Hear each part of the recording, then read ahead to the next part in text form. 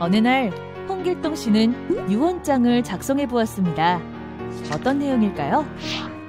나 홍길동이 죽으면 다음과 같이 해주길 바란다. 나의 재산은 가족들이 고르게 나누어 가지길 바란다. 첫째, 부동산 A는 장남에게 상속한다. 둘째, 은행에 예금된 돈 3천만 원은 둘째에게 상속한다. 셋째, 부동산 B는 아내에게 준다. 여러분이 유언장을 작성하게 된다면 어떤 내용으로 작성하실 건가요? 그리고 홍길동 씨가 생각하는 가족과 대한민국 법으로 정해놓은 가족의 범위는 어디까지일까요?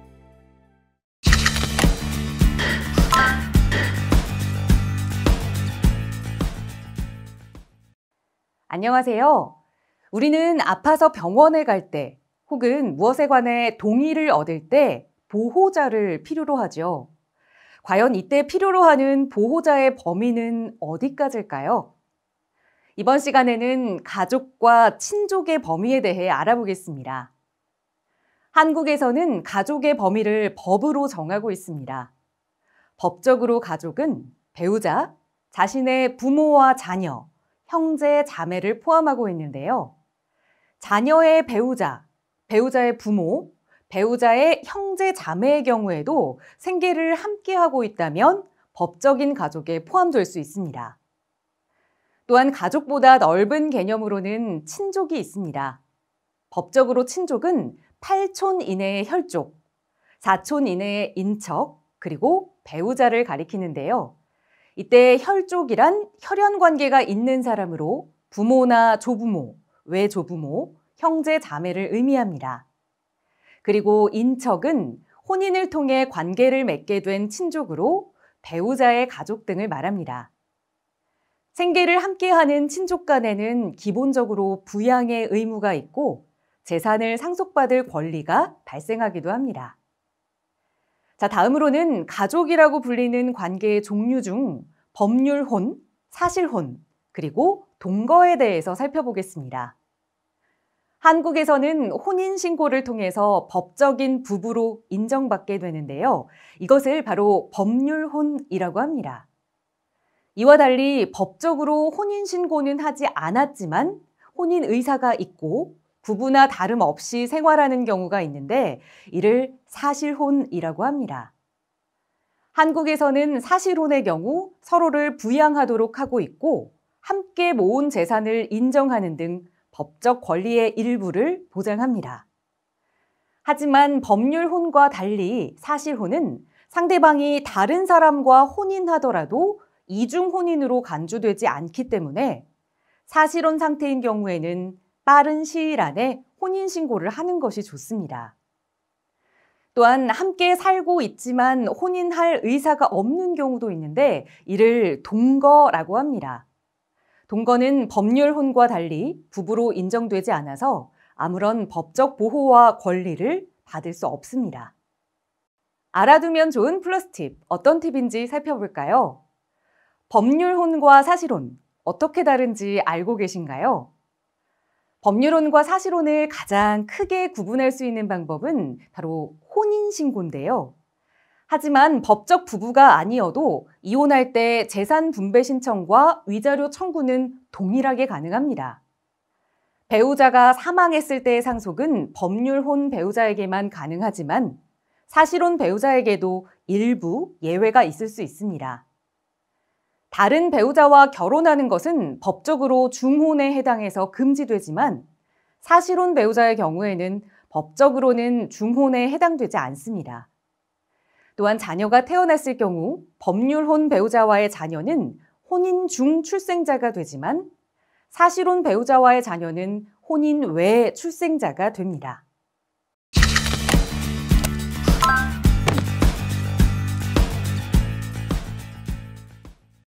결혼에도 다양한 관계의 종류가 있듯이 이혼에도 종류가 있는데요. 이에 대해서 함께 알아보겠습니다. 이혼은 쉽게 말해 부부로서의 관계를 끝내는 것을 의미합니다. 부부가 모두 결혼 생활 중 이혼에 동의할 경우 가정법원에 협의 이혼을 신청하면 이혼 숙려 기간을 거쳐서 최종적으로 두 사람의 의사를 확인한 후에 법적으로 이혼하게 되는 거죠. 이때 이혼 숙려 기간은 일반적으로 1개월이고 미성년인 자녀가 있을 때는 3개월까지 늘어나게 됩니다. 이와 달리 부부 중 한쪽이 이혼에 동의하지 않을 경우 가정법원의 재판을 통해 이혼할 수 있는데요. 이를 재판상 이혼이라고 하는데 법적으로 6가지의 재판상 이혼 사유가 규정되어 있습니다. 먼저 배우자가 부정한 행위를 저지른 경우입니다. 또 부부로서 동거하지 않거나 상대방을 부양하지 않는 경우, 배우자나 그의 부모로부터 매우 부당한 대우를 받았을 경우 이혼 사유가 될 수 있습니다. 자신의 부모가 배우자로부터 매우 부당한 대우를 받은 경우에도 이혼의 사유가 될 수 있는데요. 또 다른 사유로는 배우자가 살았는지 죽었는지 3년이 넘도록 알 수 없는 경우, 그리고 기타 혼인을 계속하기 어려운 중대한 사유가 있는 경우 이혼을 할 수 있습니다. 다음으로 이혼 이후의 법적 권리에 대해 알아보겠습니다. 부부에게 자녀가 있을 경우에는 이혼 과정에서 자녀의 양육권과 양육비, 면접 교섭권 등을 미리 의논해야 하는데요. 이때 원만하게 합의가 되지 않으면 가정법원에서 결정하게 됩니다. 여기서 자녀의 양육권을 갖게 된 쪽은 상대방에게 자녀가 성년이 될 때까지의 양육비를 청구할 수 있습니다. 반대로 자녀를 양육하지 않는 쪽에선 자녀에 대한 면접 교섭권을 행사할 수 있는데요. 면접 교섭권은 양육권을 침해하지 않는 범위 내에서 허용되고 자녀의 안전이나 건강을 해칠 우려가 있을 경우에는 제한될 수 있습니다.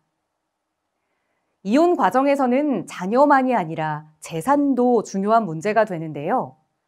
결혼 생활 중 상대방과 함께 형성한 재산에 대해 어느 한쪽이 분할을 청구할 수 있습니다.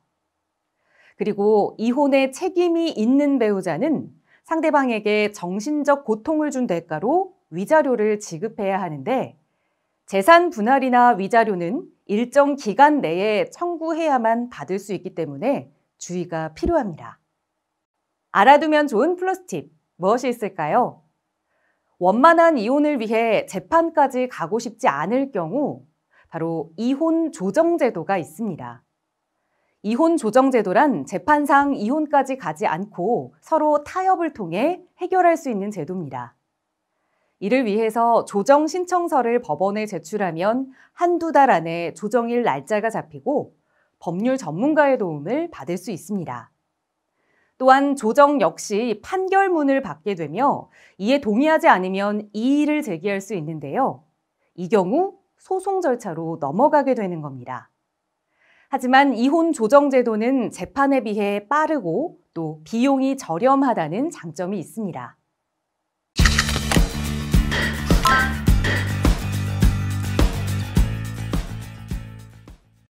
살다 보면 우리는 예상치 못하게 죽음을 당할 때도 있고 또 죽음을 맞이할 준비를 하게 될 때도 있는데요. 이와 관련해서 죽음과 유언에 대해 알아보겠습니다.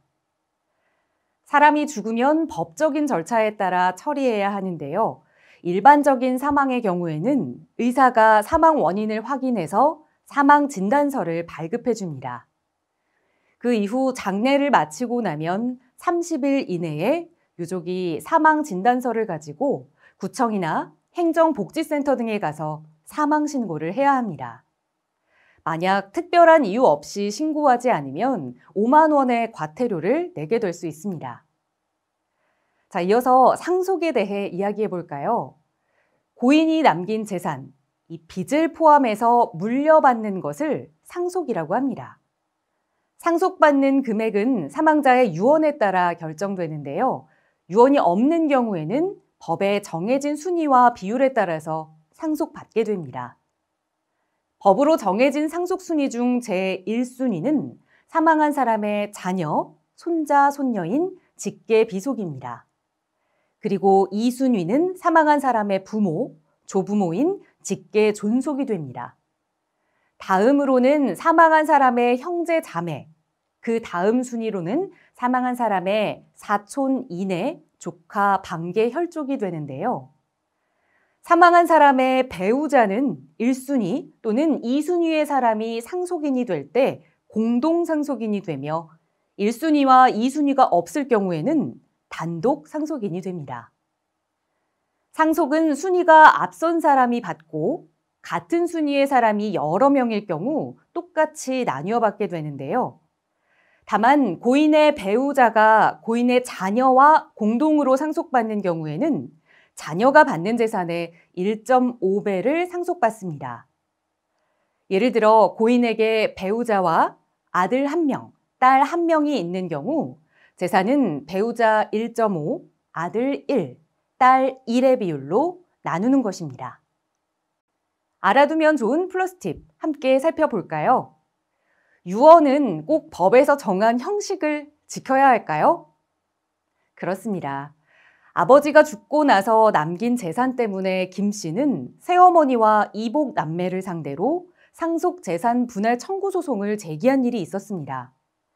이 재판에서 핵심 쟁점은 죽은 아버지가 남긴 유언의 효력이었는데요.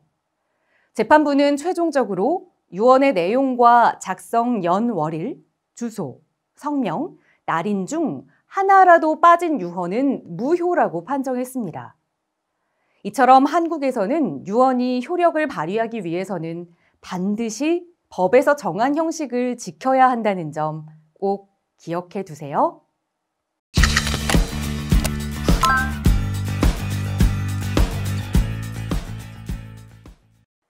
재산이 법에 따라 원만하게 나뉘어진다면 좋겠지만 이로 인해 분쟁이 생기기도 하는데요.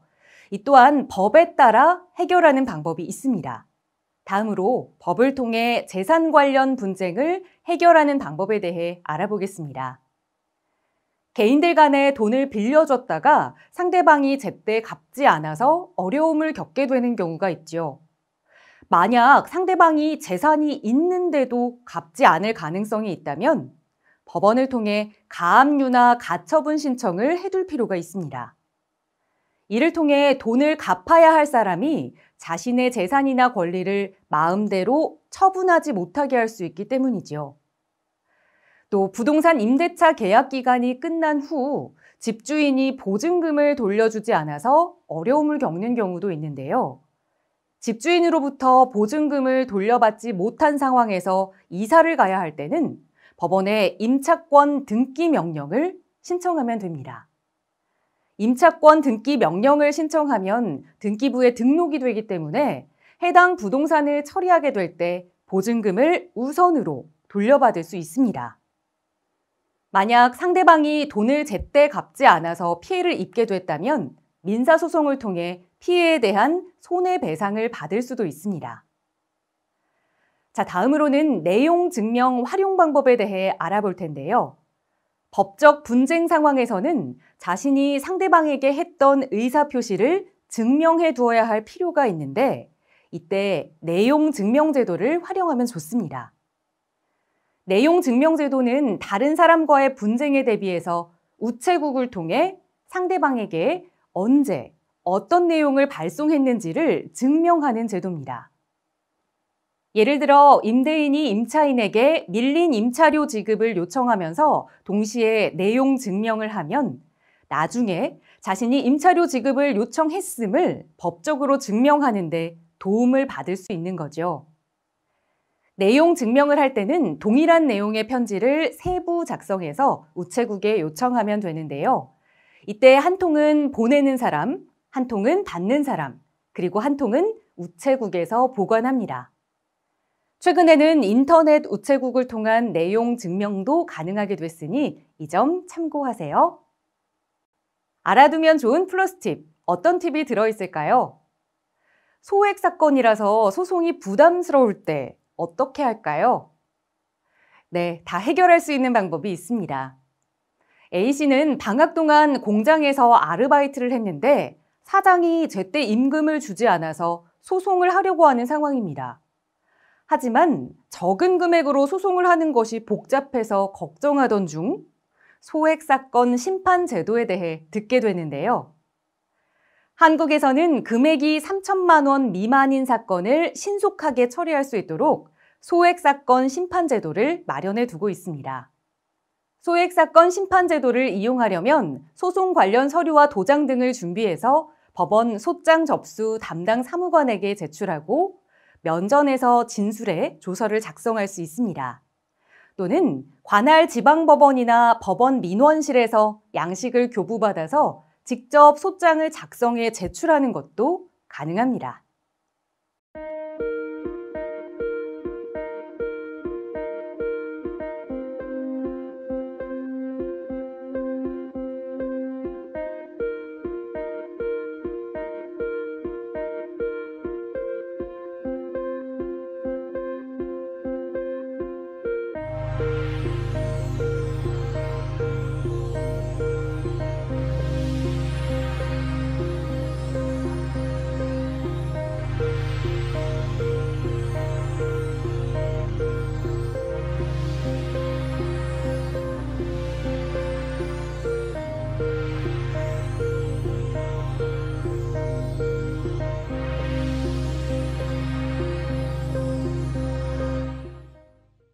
엄마와 함께 쉼터에 사는 6살 A군은 갖고 놀던 장난감이 고장나면 아빠에게 맞는 듯한 공포감에 시달렸습니다. 알코올 중독자인 아버지에게 계속 폭력을 당한 후유증 때문인데요. 2018년 여성가족부와 경찰청이 국회에 제출한 자료에 따르면 경찰이 가족폭력 피해를 접수한 18세 이하 어린이 및 청소년만 해도 2015년부터 2017년까지 8,914명에 달했다고 합니다. 드러나지 않은 피해는 훨씬 더 크겠죠. 특히 다문화 가정의 경우 언어 소통이나 경제적, 문화적 갈등과 겹쳐서 가정폭력 사례가 더 많을 것으로 예상이 되는데요. 가정폭력이 발생하면 112 또는 여성긴급전화 1366으로 신고할 수 있습니다. 그리고 이주민 여성을 위한 긴급전화인 1577-1366도 있으니 꼭 기억해 두는 것이 바람직합니다. 만약 가정폭력이 발생했다면 폭행이 발생한 날짜와 시간, 장소, 내용 등을 꼭 기록해 두는 것이 좋습니다. 이 폭력이란 것은 사라져야 하는 것이죠. 여러분은 가정폭력 중 가장 심각한 것은 무엇이라고 생각하는지, 또 이 가정폭력을 막기 위해서는 어떤 노력이 필요한지에 대해서도 이야기해 볼까요?